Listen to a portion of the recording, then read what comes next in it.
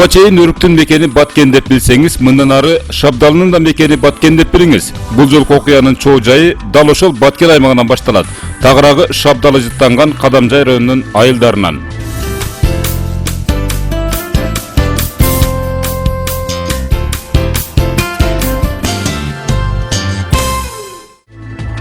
Алгач Шабдалы тууралуу учкай кеп. Шабдалынын качан пайда болгондугу тууралуу бүгүнкү күнгө чейин так маалымат жок. Айрым окумуштуулар анын мекени катары Иран өлкөсүнө эсептешет. Ал эми айрымдары бул мөмө алгач Кытайда өстүрүлүп, кийин гана Европа, Орто Азия өлкөлөрүнө тараган деген кептерди айтып келишет. Дүйнөдө анын 3000ден ашуун сорту белгилүү. Кыргыз жергесинде Майфиевер, Кардинал, Лола, Элберта сыяктуу сорттору көп өстүрүлөт.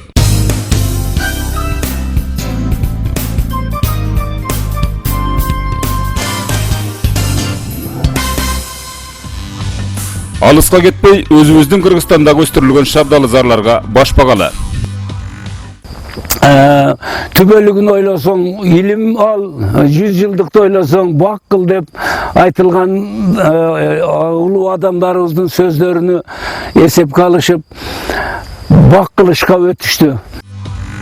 Насирдин Мурзаев, Кадамжай районунун Абсамат Масалиев аттындагы айыл аймагынын башчысы. Насирдин аксакалды ушул өрөөндөн эле эмес, бүтүндөй Кыргызстандагы жаш курагы боюнча мамлекеттик кызматта отурган эң улуу кызматчы деп атасак да туура болот. 67 жашка киргенге чейин аймактын башчысы болуп иштеп, кече 13-жылы жаштарыбыз айыл аймагынын башчылыгына шайлоо мезгилинде 2 турда тең бирартасы өтпөй калгандыктан деген ой менен депутаттарыбыз суранып келген. Мен Назарбаев 75ке кирип мамлекетти башкарса, мен кантип эле 70ке кирип өкмөттү башкара албай калайын деген ойдо дагы белди бекем байлап депутаттарыбыздын элибиздин ишеничин актайын деп аракет кылып жаткан мезгилим.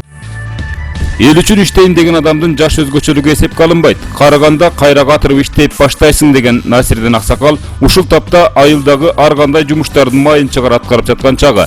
Карып калса дагы жаштардан кем калышпай. Буудай бар жерде ыр бар дегендей, аны да аракетин кылып көрдүк, көп түшүмдөрдү алабыз деп. Өтө катуу аракеттенип иштеген дыйкандарыбыз 30-40 тоннага чейин гана буудай ала алышты. Анан нарк пас болгондуктан кеткен чыгымдарды каптабай адамдарыбыз буудай арпа эгүүдөн баш тарта баштады. Себеби жерибиз, жана айттым, таштак, ысык болгондугуна байланыштуу, сары топурак болгондугуна байланыштуу, түшүмдүүлүгү бир аз начар, бирок биздики бакчылыкка өтө ыңгайлуу жер экендиги ата-бабалардан бери айтылып келинген.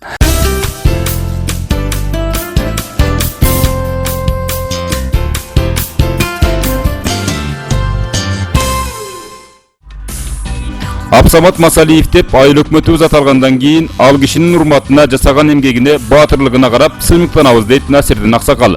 Ошондуктан Абсамат Масалиев айыл өкмөтү ушул өрөөндөгү айыл аймактарга караганда бир топ эле алдыда деген пикирде. Ушул Абсамат Масалиевдин атын алгандан кийин ушул айылда кандай жол менен болсо дагы башка айыл аймактарга караганда өзгөчөлөнүү, намыс ариет деген элде, даже жаңы акыл эске кирген балдардан баштап алга умтулуу, жашоого умтулуу, ошол улуу инсан Абсамат Масалиевдин атыга дак түшүрбөө үчүн күрөшүү биздин айыл аймагыбызда, жаштарда дагы, улгайган адамдарыбызда дагы ушул өтө чоң традицияга айланган. 2015-жыл президент тарабынан экономиканы чыңдоо жылы деп жарыяланганы баарыбызга маалым. Дал ушул жылы экономикалык жактан жогорку жетишкендиктерге жетиштик.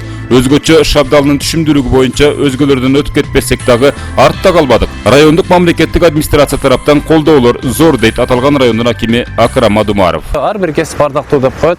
Бул тем более бул баягы биздин азыркы жашообузда ар бир адам өзүнүн мээнети менен, өзүнүн мындай өнөрү менен таза адал акча тапкан болсо, бул биз ошол биздин эр азаматтарды, кыздарыбызды колдошубуз керек да.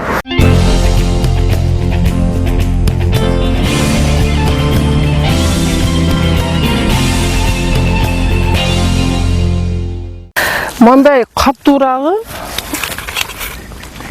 мындай каттуусу бу Россияга кетет. Мындай жумшагыраак кичине пишип калганы Бишкекке кетет. Анан көп эле мындай кыпкызыл болуп, мындай пишип калгандары болсо өзүбүздө базарларга чыгат да. Мейман Бердикулова болсо бул аймактагы белдүү дыйкандардан. Жалпы 10 гектарга жакын бактырактуу жердин ээси. Арасынан көбүрөөгү шабдалы таласы. Тагырагы 5 гектардан ашык жерге шабдалынын түрүн эккен. 10 жыл бою эмгек кылып жатып, эми гана пайдасын көрүп жатабыз дейт. Биз башында кара эгин кылып көрдүк, буудай, маке эктик, дан күрүч эктик. Буну түшүмдүүлүгү энди күрүч түшү көрө экен. Буудай өзүнү каптабады. Маке дагын эксек сатканда арзан болду. Ошондон кийин жерибиз таштак. Суам кебирде кыйынчылык болуп калат. Ошон үчүн бактарак эгишке аракет кылып бактарак эктик. Азыр жакшы. Алма бага алма эрте пишкан алма эктик. 70-80 сомдон саттабыз, 40 сотик. Андан кийин шаптолу 3-4 хил шаптолубуз бар, 3 гектар. Ондан пишип азыр алдыны шу Ленинград, Питерге айдап атабыз. Тилекке каршы быйыл шабдалынын наркы төмөн, килосу 10 сомго чейин түшүп кеткен. Бирок ошого карабай өз убагында сатып алдык дейт мейман эже. Бул шабдалы зарда ар түрдүү сорттарда эгилген. Бултыры 40-45тен сатканбыз. Быйыл болсо кризиске байланыштуу же элибиз камгалыраакпы, ончо кетиши азыраак болот да. Арзаныраак болду. Сиздерге чыгым болуп атабы? Бар энди киреше.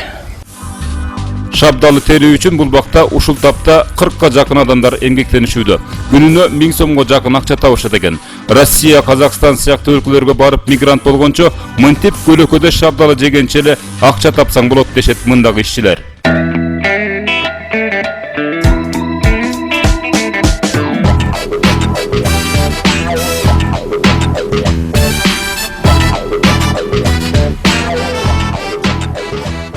Мен бул иште жылына ушу мектепте өзүм мугалим болуп иштеп каникулга чыккандан кийин жылыга чыгып ушу эже менен чугуп ушинтип иштейбиз. Шабдалы жыйноодо эң негизгиси аны кагаз ороо менен жашиктерге ыңгайлуу кылып жайгаштыруу эң башкы маселе. Анткени мээнеттин баары ушул милдеттен көз каранды. Көбүнчө алыс жактарга, маселен Россия жана башка өлкөлөргө кетчүлөргө өзгөчө маани берилет. Ул орогонубузда мындай кылып шапталы бири-бириге тийип карарып калбас үчүн ушундай ак кагазга ороп, жакшынакай кылып, яшикте кыймылдап бара турган жерге жакшына жетиш үчүн жакшы каттык кылып оройбуз. Андай кылып ак кагазга оробой жөн салсак, бири-бириге тийип, шаптолор карарып калышы мүмкүн.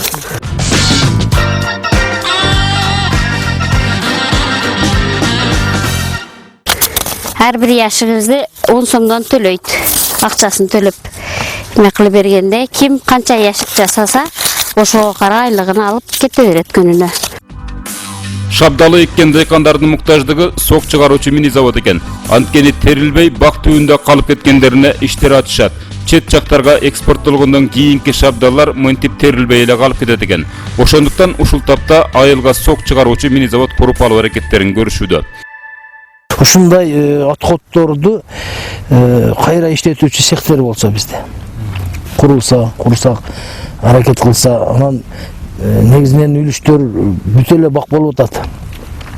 Ошол бак болгондон кийин ошонун мамлекет тарабынан бир госзакупка дейби, ошондой же мамлекеттик ишканалар алып туруп, анан ушул элдерден 5 сом 10 сом алса, ушуну кичине элге пайда болмок да.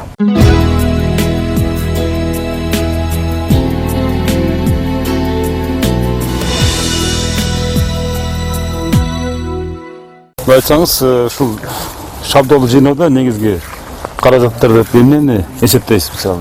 Балким жашиктер. Буга эми кандай айтсак, ящик сатып алабыз.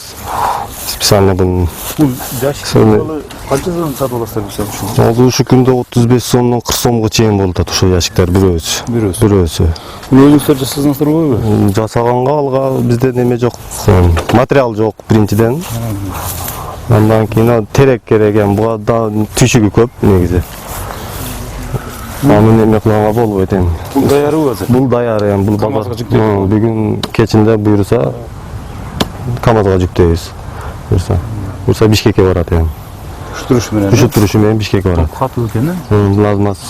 Эми тандалып салынгандары да булар. Анын аркылары болсо бүт отходтор эми алар жарагат. Отход деп коеткестер, отходтун болот эми. Отходту дагы эми мында сатабыз, мында азмаз клиенти бар. Бир жерде өзүнүн райондо неме бар экен, ушундай сок чыгарган кичине мини цех.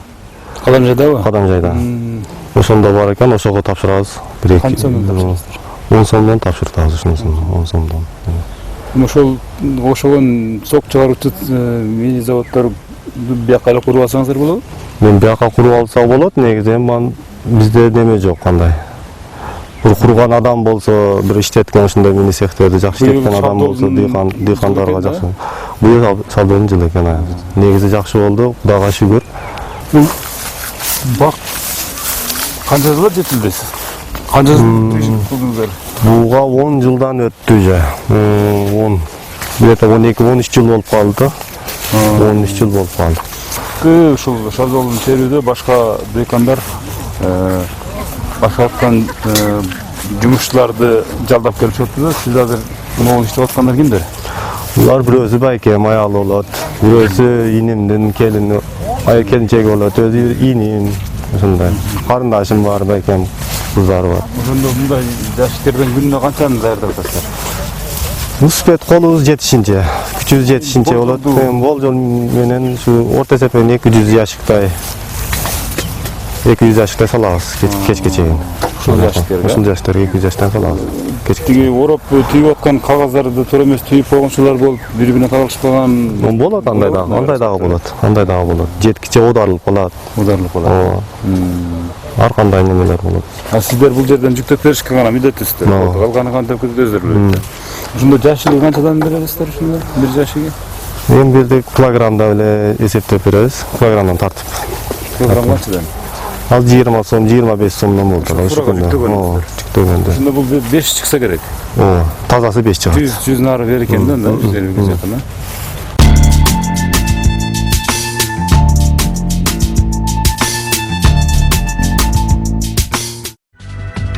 Үлүш жерлердин мынтип бактарактарга айланып кеткени бул өтө жакшы көрүнүш дейт ушул чөлкөмдүн Токой башчысы Абибилла Темирбаев. Бир чети экологияга жакшы таасир этсе, экинчиден ар кандай табигый катаклизмдерден алдын алат.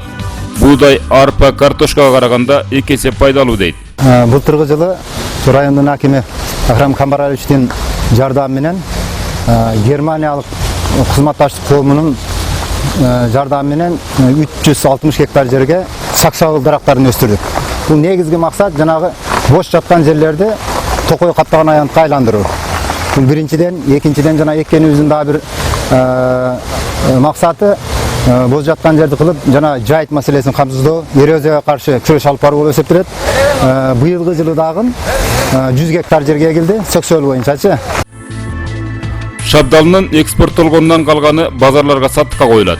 Атайын шабдалы сатуучу жайларга эмес, мынтип жол боюнда эле соода жүрө берет. Жол четинде турган алып сатуучулардан шабдалы, помидор сыяктуу жемиштердин баасын сурап көрдүк. Килограмм 10 сомдон 25 сомго чейин. 10 сомдон 25, 30. Булар эми ошол фура албай тургандар да. Фура. Фура алгандар 25 кетет.